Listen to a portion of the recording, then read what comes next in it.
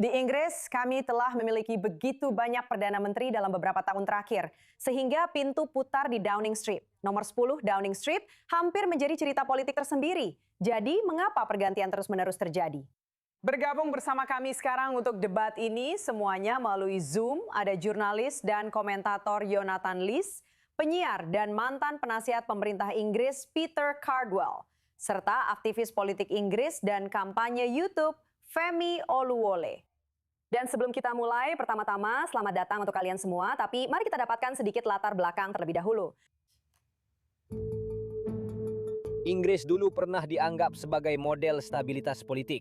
Namun dalam beberapa tahun sejak Brexit, Downing Street mulai terlihat seperti pintu putar. David Cameron mengundurkan diri setelah referendum Brexit. Theresa May terjebak dalam pertarungan tentang bagaimana mewujudkannya. Boris Johnson menang telak lalu jatuh setelah skandal dan pemberontakan partai.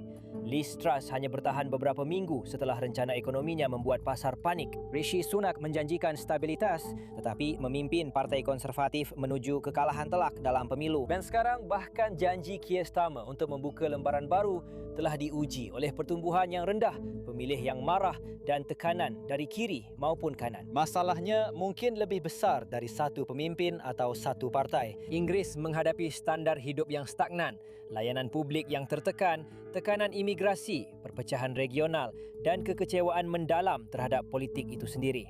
Jadi apakah ini hanya satu dekade yang kacau setelah Brexit atau tanda dari sesuatu yang lebih dalam? Apakah Inggris telah menjadi tidak dapat diatur?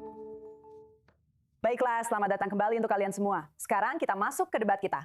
Pertanyaan pertama, masing-masing dari kalian punya waktu 30 detik untuk menjawab. Dan tentu saja, setelah itu kita bisa membahasnya lebih dalam lagi. Jadi pertanyaannya adalah, apakah Inggris Raya telah menjadi tidak dapat diatur?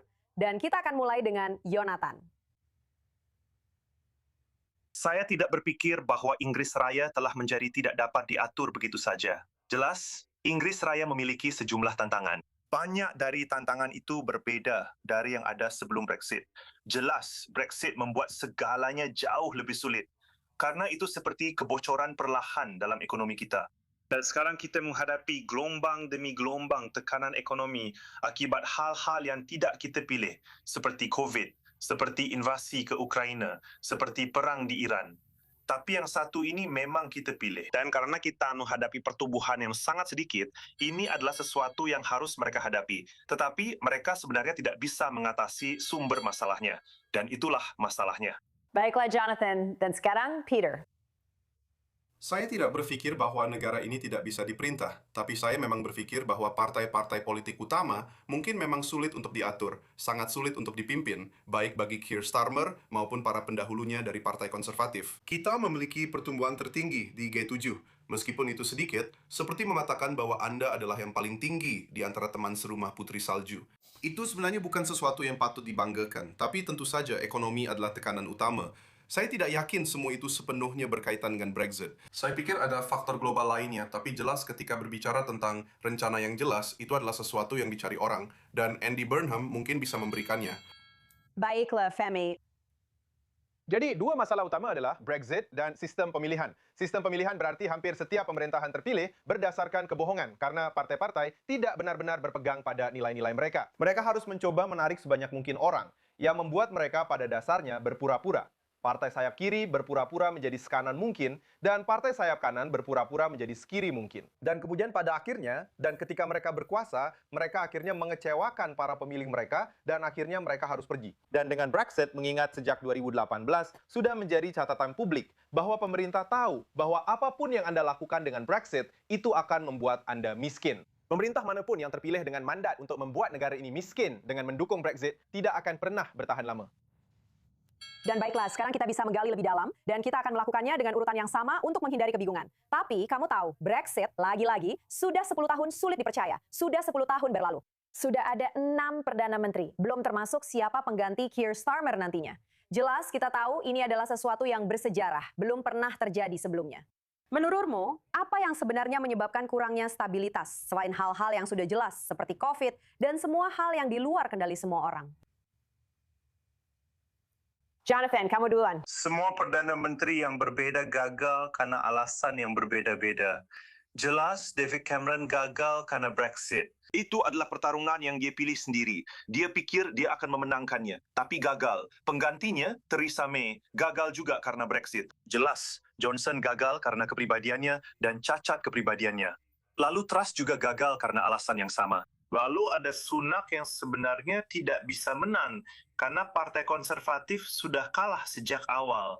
Lalu ada Starmer yang sebenarnya gagal karena dia tidak punya rencana, dia tidak tahu apa yang sedang dia lakukan. Dan sejak sangat awal, dia membuat serangkaian kesalahan yang sebenarnya bisa dihindari. Jadi, meskipun kita bisa menganggap Brexit sebagai awal dari kemunduran negara ini, dan bagaimana semuanya mulai memburuk. Pada dasarnya karena para politisi sudah tidak mampu lagi mengidentifikasi sumber masalah kita. Dan mereka harus berbohong tentang masalah-masalah tersebut. Tapi Anda tahu, khususnya sampai tahun 2024, sejak saat itu, di bawah Partai Buruh, keadaannya menjadi sedikit lebih baik. Karena Partai Buruh tidak bertanggung jawab atas Brexit. Jadi mereka bisa lebih mengidentifikasi Brexit sebagai sebuah masalah. Tapi mereka tidak akan membicarakan soal kembali ke Uni Eropa, karena itu akan membuka kembali masalah lama dan bisa memecah belah Partai Buruh. Jadi kita sudah mengidentifikasi masalahnya, tapi kita tidak bisa melakukan apa-apa tentang hal itu. Tapi sementara itu kita punya sistem di mana perekonomian berjalan buruk, dan kita tidak tahu bagaimana cara memperbaikinya. Dan satu cara yang sebenarnya sangat mudah, yaitu kembali bergabung dengan instrumen ekonomi Uni Eropa, sudah dikesampingkan. Benar. Dan Peter, apakah kamu setuju atau tidak setuju? Saya setuju dengan beberapa hal yang dikatakan Jonathan. Saya tidak berpikir masalahnya dimulai dari Brexit. Dan menurut saya, sangat mudah untuk mengatakan bahwa Brexit adalah akar dari semua ini. Tentu saja, itu telah menyebabkan perpecahan dan masalah. Dan 10 tahun berlalu, beberapa orang masih belum bisa menerima kenyataan bahwa itu bahkan dipilih oleh mayoritas orang di negara ini. Mayoritas besar, 17,4% orang. Sebenarnya itu bukan mayoritas besar. Itu hanya 52%, tapi tetap saja, mayoritas tetaplah mayoritas. Intinya, saya rasa, dalam semua ini adalah para pemimpin politik di sini terus berusaha mengejar ketertinggalan. Mereka telah mencoba memimpin partai-partai yang sulit diatur dan sangat terpecah. Tentu saja partai konservatif soal Brexit. Jadi mereka sempat bersatu sampai tingkat tertentu untuk menyelesaikan Brexit pada tahun 2019. Lalu itu terjadi sampai batas tertentu. Dan setelah itu muncul masalah-masalah lain. Dari sudut pandang Keir Starmer, Jonathan benar sekali bahwa dia memang tidak punya rencana. Dia tidak tahu apa yang ingin dia lakukan. Dan masalahnya, kamu harus langsung tancap gas ketika masuk ke pemerintahan. Kamu harus, sejak hari pertama, tahu persis apa rencanamu. Entah itu untuk memperbaiki sesuatu, punya ambisi besar, atau mengubah sesuatu. Dan sementara kamu punya mantan pemimpin partai buruh, orang-orang seperti Tony Blair, bahkan Gordon Brown, yang punya banyak ide dan akan terus bertanya serta menggali apa yang sedang kita lakukan dan bagaimana kita membuat hidup orang-orang menjadi lebih baik. Saya mungkin tidak setuju dengan politik mereka, tapi itu tidak berarti mereka tidak berusaha. Intinya adalah Keir Starmer sebenarnya bukan seorang pemimpin.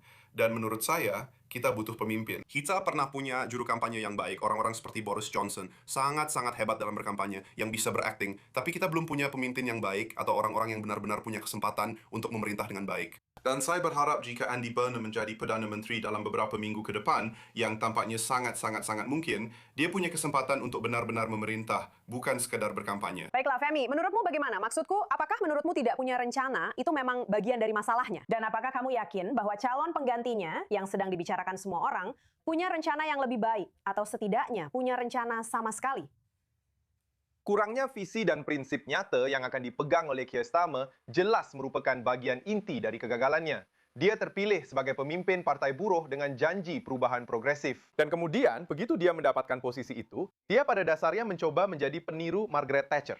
Tentang apa yang dikatakan Peter mengenai Brexit yang katanya demokratis, menurut saya itu adalah bagian dari masalah inti. Karena 10 tahun terakhir, politik Inggris didasarkan pada kebohongan bahwa Brexit itu demokratis. Karena memang 52% bukan mayoritas besar, tapi 52% memilih keluar dari Uni Eropa. Tapi secara objektif, apa itu? Itu adalah topik hubungan internasional. Kita sedang membicarakan hubungan kita dengan 30 tetangga terdekat kita. Dan dalam hal... Apa intinya saya tidak mengerti kenapa itu tidak dianggap demokratis? Saya sedang menjelaskan kepadamu, Peter. Yang dimaksud dengan Remain adalah perjanjian-perjanjian Uni Eropa. Perjanjian-perjanjian Uni Eropa. Jadi ribuan halaman perjanjian dan syarat ketentuan tentang hubungan kita dengan Uni Eropa. Keluar bisa berarti hubungan apa saja, karena memang belum dinegosiasikan. Pada tahun 2016, lalu kita menghabiskan 3 tahun berikutnya untuk menegosiasikan seperti apa hubungan baru dengan Uni Eropa itu. Dan begitu kita menyelesaikannya, semua orang di pihak keluar mengatakan itu bukan yang mereka inginkan. Anda punya DUP yang langsung menolak kesepakatan itu.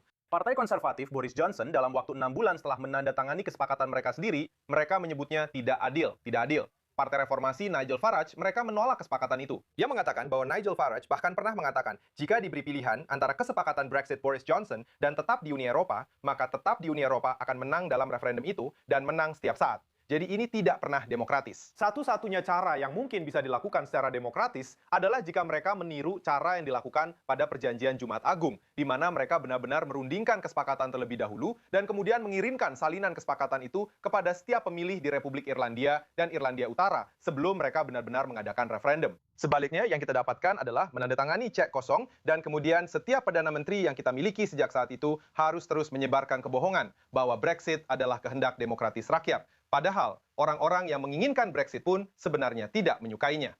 Baiklah, Peter. Saya rasa perbandingan dengan perjanjian Belfast tidak terlalu tepat, mengingat ada banyak sekali negosiasi tambahan yang terjadi setelah itu dan banyak hal yang diselesaikan kemudian ketika membahas perjanjian Belfast selama seperempat abad. Jadi saya rasa itu tidak terlalu tepat. Faktanya adalah orang-orang diminta untuk memilih keluar atau tetap. Itu terjadi 10 tahun yang lalu. Saya memang berpikir orang-orang perlu melanjutkan hidup dan menerima kenyataan serta menyadari bahwa kita berada di posisi kita sekarang. Dan menurut saya, kita berada dalam situasi Di mana kita perlu, tahukah kamu tahu, lihat, kamu tidak melihat apa yang baru saja kamu lakukan. Saya sudah memberikan argumen logis mengapa ini tidak demokratis. Dan tanggapanmu adalah, terimalah saja. Inilah masalahnya. Tanggapan saya adalah, kamu bisa memiliki kehendak rakyat. Jika kamu mau membiarkan saya, tunggu. Tunggu. Kami ingin mendengar dari Jonathan dulu, lalu setelah itu tidak apa-apa. Bagus ya. Saya mengerti, saya melihat argumen kalian berdua. Saya mengenal kalian berdua dan saya tahu kalian adalah pendebat yang sangat baik dan sebagainya. Dan saya bisa memahami sudut pandang kalian berdua. Menurut saya, yang relevan dalam debat ini adalah bahawa Farage telah menggunakan alasan itu bukan Brexit saya untuk menghindar dari tanggungjawab. Karena orang-orang sering bertanya kepada saya, terutama di luar Inggris, bagaimana bisa orang yang bertanggung jawab atas Brexit yang sangat tidak populer di Inggris? Jangan lupa, mayoritas yang jelas, jauh lebih dari 50% akan memilih untuk bergabung kembali dengan Uni Eropa yang hanya dibicarakan oleh Partai Buruh. Jadi ini sangat-sangat tidak populer. Semua orang menyesalinya, maksud saya mayoritas menyesalinya. Namun orang yang paling bertanggung jawab atas hal itu, Nigel Farage, saat ini sedang berada di jalur untuk menjadi Perdana Menteri. Dan itu karena alasan yang baru saja diidentifikasi oleh Femi, bahwa dia bisa mengelak dan menghindari tanggung jawab karena tidak ada Brexit yang benar-benar menjadi Brexit sejati. Semuanya akan dianggap sebagai pengkhianatan. Dan saya pikir ini juga mengarah dengan baik ke hal lain yang membuat Inggris sekarang tidak bisa diatur yang berkaitan dengan Brexit, yaitu media sayap kanan. Karena setelah Brexit, terjadi ledakan budaya di media Inggris. Sementara sebelumnya, surat kabar yang cukup masuk akal seperti Telegraph, yang sering saya tidak setujui, tapi mereka masuk akal, mereka serius, menjadi histeris. Tidak ada kata lain untuk itu. Mereka menjadi histeris. Mereka seperti terinfeksi dengan gagasan bahawa Brexit harus dijalankan dengan segala cara. Semua orang harus menyukainya. Segalanya, ada pengkhianatan di setiap sudut. Surat kabar ini menjadi paranoid. Lembaga media menjadi sangat paranoid. Dan di setiap sudut ada para pengkhianat. Anda tahu, The Daily Mail berbicara tentang musuh rakyat. The Sun juga sering bicara soal pengkhianat. Kita sering mendengar kata pengkhianat dalam wacana Inggris sekarang. Itu tidak pernah terjadi sebelumnya. Dan sekarang, Brexit sudah dikesampingkan. Farage juga sudah menyingkirkan itu dan beralih ke isu imigrasi. Dan sekarang, media sayap kanan mengambil isu imigrasi dengan cara yang sama. Jelas, imigrasi adalah isu yang serius. Penyeberangan migran dengan perahu kecil juga merupakan masalah yang serius. Tapi kalau mengikuti, anda tahu, media sayap kanan yang menganggap ini adalah krisis terbesar yang dihadapi Inggris. Seolah-olah kita benar-benar menghadapi sesuatu yang setara dengan invasi ala tahun 1940-an. Dan itu adalah sesuatu yang dimanfaatkan oleh Farage dan kelompoknya juga. Dan itu adalah alasan lain mengapa Starmer dan Sunak sebelum dia gagal, karena mereka tidak pernah bisa menyenangkan media sayap kanan yang memang sejak awal ingin menjatuhkan mereka. Baiklah, Peter. Saya setuju dengan sebagian dari itu. Saya pikir baik media sayap kanan maupun sayap kiri punya banyak hal yang harus dipertanggungjawabkan terkait histeria, terutama ketika menyangkut, tentu saja kita punya banyak media. Maaf? Saya berharap kita punya pemimpin sayap kiri di negara ini. Kita punya banyak media sayap kiri, saya kasih tahu ya. Kita punya BBC, kita punya The Guardian, kita punya Canary, kita punya banyak bagian dari media yang berhaluan kiri. Jadi saya menyampaikan pandangan saya kiri. Jadi menurut saya ada keberagaman media. Saya setuju dengan Jonathan sampai tingkat tertentu bahwa banyak orang kehilangan akal sehat mereka soal Brexit di kedua sisi argumen dan jadi cukup histeris akibatnya. Saya pikir yang kita butuhkan adalah pikiran yang jernih dan tenang. Dan semoga kita bisa mendapatkannya dengan Andy Burnham atau siapapun penggantinya. Saya ingin tahu, kenapa orang ingin terjun ke dunia politik? Sepertinya tidak ada yang benar-benar bisa menyelesaikan sesuatu agar semua orang bahagia. Maksud saya, ini satu hal yang selalu kita lihat. Itulah indahnya demokrasi, dunia. Saya tahu, tapi itu ada di... Negara seperti Maaf, ya, itu benar. Gagasan bahwa orang-orang kehilangan akal sehat mereka karena Brexit dan menjadi histeris. Saat ini, ada 13 juta orang yang hidup dalam kemiskinan. 13 juta. Kita telah melihat penurunan standar hidup paling tajam yang pernah tercatat. Dan setiap sektor ekonomi Inggris telah mengatakan selama bertahun-tahun bahawa Brexit membuat segalanya menjadi lebih buruk. Federasi Bisnis Kecil mengatakan bahawa 85% bisnis di Inggris mengalami kesulitan untuk mengekspor dan mengimpor karena Brexit. Federasi Nasional Asosiasi Nelayan mengatakan mereka kehilangan 300 juta pound sterling per tahun. NHS Nuffield Trust mengatakan bahwa Brexit merugikan NHS. Industri mobil SMMT, mereka mengatakan ini membuat segalanya menjadi lebih sulit. Bank of England mengatakan ini membuat rata-rata rumah tangga kehilangan 1,000 pound sterling per tahun. Kita sedang membicarakan penderitaan manusia dalam skala besar. Jadi ketika para pendukung Brexit mengatakan hal-hal seperti itu hanya proyek ketakutan atau kamu terlalu histeris, mereka sebenarnya sedang mengejek kemiskinan. Baik, Universitas Surrey menghitung bahwa 1.500 orang, pertama-tama saya bukan pendukung Brexit. Pertama-tama, saya bukan pendukung Brexit. Maaf.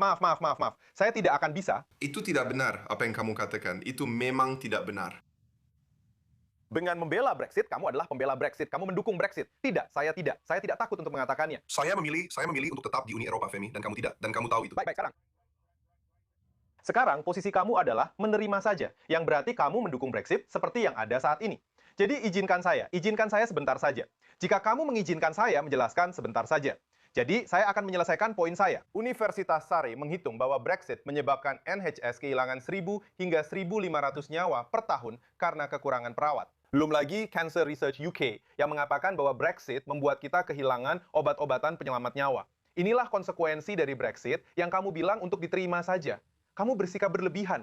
Dan ketika kamu bilang, tidak, tapi itu adalah hasil pemungutan suara yang demokratis. Halo? Saya tidak pernah mengatakan itu. Baiklah, jadi Peter, apa yang kamu maksud? Peter, biarkan Peter ikut bicara. Peter, apa yang ingin kamu katakan? Keluarga benar-benar dengan sengaja memutarbalikkan kata-kata saya. Saya bilang banyak media sayap kiri dan media sayap kanan yang histeris soal Brexit. Jadi saya tidak bicara tentang orang-orang miskin. Saya tidak menyangkal fakta yang dia sampaikan di sana. Saya tidak bilang tidak ada masalah karena Brexit. Saya memilih tetap, tapi saya bisa menerima hasilnya dengan cukup cepat. Dan saya sadar bahwa ketika ada pemungutan suara demokratis, Bahkan jika... Tunggu sebentar. Kamu tidak tahu apa-apa tentang latar belakang saya. Kamu tidak tahu apa-apa tentang keuangan saya. Kamu benar-benar tidak tahu apa-apa. Jadi tenang saja sebentar. Intinya adalah, kenyataannya masih banyak orang yang belum bisa melupakannya. Tidak masalah, mereka boleh kesal tentang itu sesuka mereka. Tapi indahnya demokrasi, inti dari demokrasi adalah orang-orang bisa membuat keputusan yang tidak disetujui orang lain dan mereka harus menerima konsekuensinya, bahkan jika konsekuensinya buruk. Bukan begitu, ada banyak hal yang ingin saya ubah tentang negara ini. Ada banyak cara menurut saya, baik partai konservatif maupun partai buruh bisa melakukan sesuatu dengan lebih baik. Dan saya pikir Reform bisa melakukan sesuatu dengan lebih baik sebagai hasil dari bagaimana mereka ingin memerintah negara ini, bagaimana mereka bertindak di tingkat lokal. Tapi saya khawatir cara Femi menggambarkan apa yang saya katakan tadi tidak adil. Baiklah Jonathan, tunggu. Maaf, kita harus memberi Jonathan kesempatan bicara karena saya bisa melihat dia sudah mendengarkan dan berniat memberikan penilaian menyeluruh tentang perbedaan pendapat ini. Begini, maksud saya rasa pada dasarnya saya setuju dengan Femi bahawa jelas ada banyak kemiskinan di negara ini. Ada banyak kemiskinan dan pertumbuhan upah juga stagnan. Dan banyak dari itu disebabkan oleh Brexit. Dan meskipun saya tanda kutip sudah bisa melupakannya, saya hampir tidak pernah membicarakannya lagi. Saya tidak membicarakannya. Saya jarang sekali memperdebatkannya. Tapi saya masih kecewa. Karena saya pikir itu adalah kesalahan besar dan didasarkan pada kebohongan. Dan saya berharap suatu hari nanti, keputusan itu akan dibatalkan. Tapi saya tidak berpikir sekarang adalah waktunya untuk itu. Saya tidak berpikir sekarang saatnya membuka kembali perdebatan itu. Saya pikir harus ada pendekatan secara bertahap. Jadi saya rasa saya akan berada di tengah-tengah antara kedua posisi kalian. Tapi di saat yang sama, saya pikir kita memang harus menedaskan fakta bahwa media sayap kanan bertanggung jawab atas Brexit. Media itu bertanggung jawab atas kebohongan yang terjadi sebelumnya, atas narasi pengkhianat yang muncul setelahnya. Itu benar-benar tidak bisa dimaafkan. Dan sekarang mereka mengambil pola itu dan mengubahnya menjadi argumen tentang imigrasi. Dan sekarang kita punya argumen ECHR yang sekarang diadopsi oleh Sir Kenny Badenoch karena Partai Konservatif juga semakin bergerak ke kanan. Jadi sekarang seluruh debat Brexit telah dipindahkan ke isu keluar dari Pengadilan Hak Asasi Manusia Eropah dan bagaimana kita perlu keluar dari sana demi kedaulatan kita. Mungkin suatu hari nanti semua orang ingin keluar dari NATO dan Perserikatan Bangsa-Bangsa karena mereka juga dianggap mengganggu kedaulatan kita. Jadi inilah bahayanya. Cakupannya terus melebar dalam semua hal ini. Kita sudah mengalami Brexit dan sekarang orang-orang menggunakan argumen-argumen itu untuk membuat kita semakin terisolasi, semakin jauh dari organisasi internasional yang telah memberi kita manfaat selama puluhan tahun. Baiklah, saya ingin beralih ke pertanyaan lain karena jelas maksud saya Brexit adalah topik yang sangat emosional bagi semua orang. Saya sendiri baru saja mengunjungi seorang teman di Inggris. Di sana sangat mahal. Maksud saya memang sulit, saya mengerti. Secara ekonomi bagi siapapun, tidak peduli apapun karir atau situasi keuangan mereka. Tapi maksud saya, apakah Anda percaya pada Andy Burnham jika dia punya rencana? Apakah ada sesuatu yang bisa dilakukan, tidak peduli siapapun Perdana Menterinya? Itu adalah hal yang berat untuk ditebus setelah 10 tahun terakhir. Sebenarnya saya baru saja kembali dari Brussels, di mana saya bertemu dan berbicara dengan beberapa pejabat Uni Eropa untuk membahas kemungkinan membatalkan Brexit. Mengingat bahwa Brexit menurut pejabat pemerintah menelan biaya sekitar 100 miliar pound sterling per tahun bagi negara. Ini adalah kebijakan yang paling berdampak secara ekonomi. Jadi dalam hal benar-benar memperbaiki krisis yang sedang kita alami, itulah yang seharusnya menjadi fokus kita. Dan saya bertanya kepada mereka, bagaimana kita bisa benar-benar bergabung kembali? Mereka mengatakan bahwa Uni Eropa senang jika Inggris bergabung kembali. Itu tergantung pada Inggris untuk benar-benar mengatakan bahwa kami ingin bergabung kembali. Kami ingin bergabung dengan pasar tunggal, kami ingin bergabung dengan Serikat Pabean, dan pada akhirnya kami ingin benar-benar bergabung kembali dengan Uni Eropa. Jadi sejauh menyangkut apakah sesuatu bisa dilakukan, ya tentu saja Andy Burnham bisa melakukan sesuatu. Dia pernah mengatakan di masa lalu bahwa dia ingin kita bergabung kembali selama masa hidupnya. Dan dia mengatakan dengan syarat, tapi tetap tergantung pada Uni Eropa. Nah, Uni Eropa sudah mengatakan ya. Jadi sekarang Anda punya kemampuan untuk bergerak secepat mungkin. Dan saya benar-benar menolak gagasan bahwa kita harus bergerak lambat karena kita harus. Karena tidak ada alasan untuk itu. Saat ini, jika Anda tahu bahwa menurut Universitas Surrey, Brexit menyebabkan antara 1.000 sampai 1.500 nyawa melayang setiap tahun. Dan menurut Bank of England, ini membuat rata-rata rumah tangga kehilangan 1.000 pound sterling setiap tahun. Ini sedang menyebabkan penderitaan besar saat ini. Jadi siapapun yang mengatakan kita tidak seharusnya melakukan ini secepat mungkin, itu sama saja mendukung Brexit tanpa alasan mendasar. Itu hanya mendukung saja. Biarkan saya jawab, Femi, biarkan saya jawab ini. Kamu tahu bahwa kamu tahu bersama kamu selama seluruh debat Brexit. Saya sepenuhnya setuju dengan kamu soal Brexit. Itu benar-benar bencana total. Tapi ini juga merupakan pertanyaan politik tentang bagaimana kamu membawa orang-orang bersamamu. Dan meskipun saya setuju dengan kamu, jajak pendapat demi jajak pendapat menunjukkan bahwa orang-orang menyesali keputusan untuk keluar dan mereka akan memilih untuk bergabung kembali. Pikirkan berapa banyak waktu dan energi yang dihabiskan untuk itu. Selama 3 tahun, tidak ada hal lain yang terjadi di Inggris.